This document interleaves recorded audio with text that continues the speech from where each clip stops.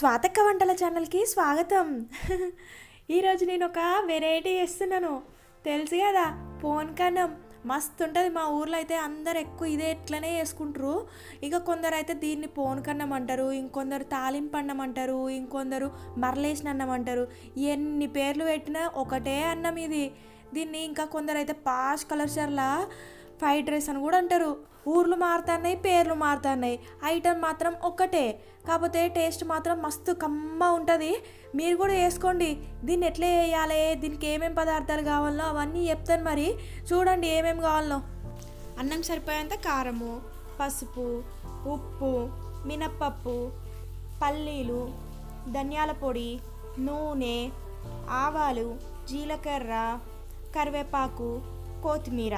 దీంట్లో పల్లీలు మినప్పప్పు అయ్యో లేవు కదా, ఇది ఎట్లా వేసుకోవాలో అనుకోవసరం లేదు. ఇది ఉన్నా లేకున్నా ఏం కాదు. కాకపోతే ఇవన్నీ వేసుకుంటే ఇంకా కొంచెం టేస్ట్ అనేది ఎక్కువ వస్తుంది, అంతే. ఇవన్నీ రెడీగా ఉన్నాయి. ఇక ఎట్లా వేయాలనో ఏందో ఇప్పుడు చూద్దాం, నడవండి.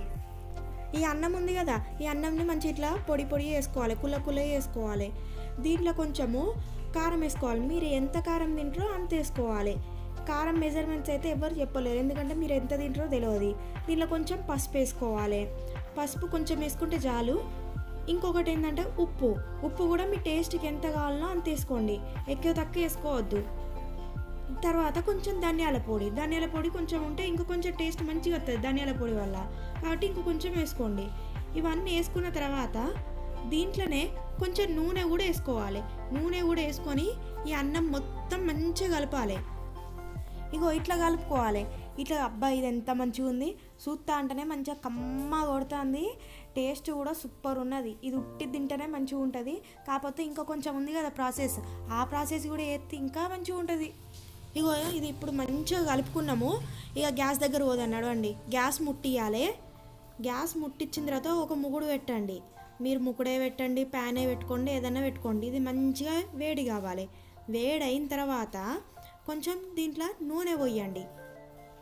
నూనె ఎక్కి తక్కువ అవసరం లేదు, దీనికి కొంచెం ఉంటే సరిపోతుంది. నూనె వేడైన తర్వాత ఇంత ఆవాలు వేయాలి. దీంట్లో జీలకర్ర వేయాలి. జీలకర్ర వేసిన తర్వాత పల్లీలు వేయండి. పల్లీలు మంచిగా గోలిన తర్వాత ఇంత మినప్పప్పు వేసి మంచిగా కలపండి. దీంట్లో ఇంత కరివేపాకు వేయండి. కరివేపాకు వేస్తే చిటపటలాడుతుంది, కొంచెం చూసుకోండి. ఇవన్నీ మంచిగా గోలినాయి కదా, దీంట్లో ఇంత పసుపు వేసుకోవాలి. పసుపు వేసుకున్న తర్వాత మనకు అన్నం ఉంది కదా, అన్నం మొత్తం దీంట్లో కుమ్మరిచ్చి మంచిగా బగారియండి. బగారిస్తే అప్పుడు ఉంటుంది టేస్ట్. ఆహా అద్భుతం. చూస్తా అంటేనే మస్తు కలర్ కనబడుతుంది కదా, ఎంత మంచిగా ఉన్నది. తింటే కూడా అట్లనే ఉంటుంది. మధ్య మధ్యలో ఆ పల్లీలు, ఆ కరివేపాకు, మినప్పప్పు అవన్నీ వస్తాయి కదా, మంచిగా ఉంటుంది, కమ్మ ఉంటుంది. మీరు కూడా ట్రై చేయండి. పొద్దుగాల పిల్లలకి బ్రేక్ఫాస్ట్గా వేసి పెట్టండి, జల్దీగా అయిపోతుంది. రాత్రి అన్నం కూడా ఖరాబ్ కాకుండా ఉంటుంది. అన్నం మంచిగా వేడైంది. దీంట్లో ఇంత కొత్తిమీర వేయండి దించే ముందు. ఇంకా కొంచెం కొత్తిమీర వేస్తే ఆ టేస్టే వేరే ఉంటుంది, సూపర్ ఉంటుంది. ఎంత మంచిగా ఉంది కదా చూడ్డానికి, నోరు ఊరతలేదు. సరే మీరు కూడా తయారు చేయండి, తయారు చేసి మీరు తినండి, మీ ఇంట్లో వాళ్ళకి కూడా పెట్టండి. అయ్యో ఒకటి మర్చిపోయినా, ఏందనుకుంటున్నారా? ఏం లేదు కానీ నా ఛానల్ని ఎవరన్నా సబ్స్క్రైబ్ చేసుకోకపోతే చేసుకోండి.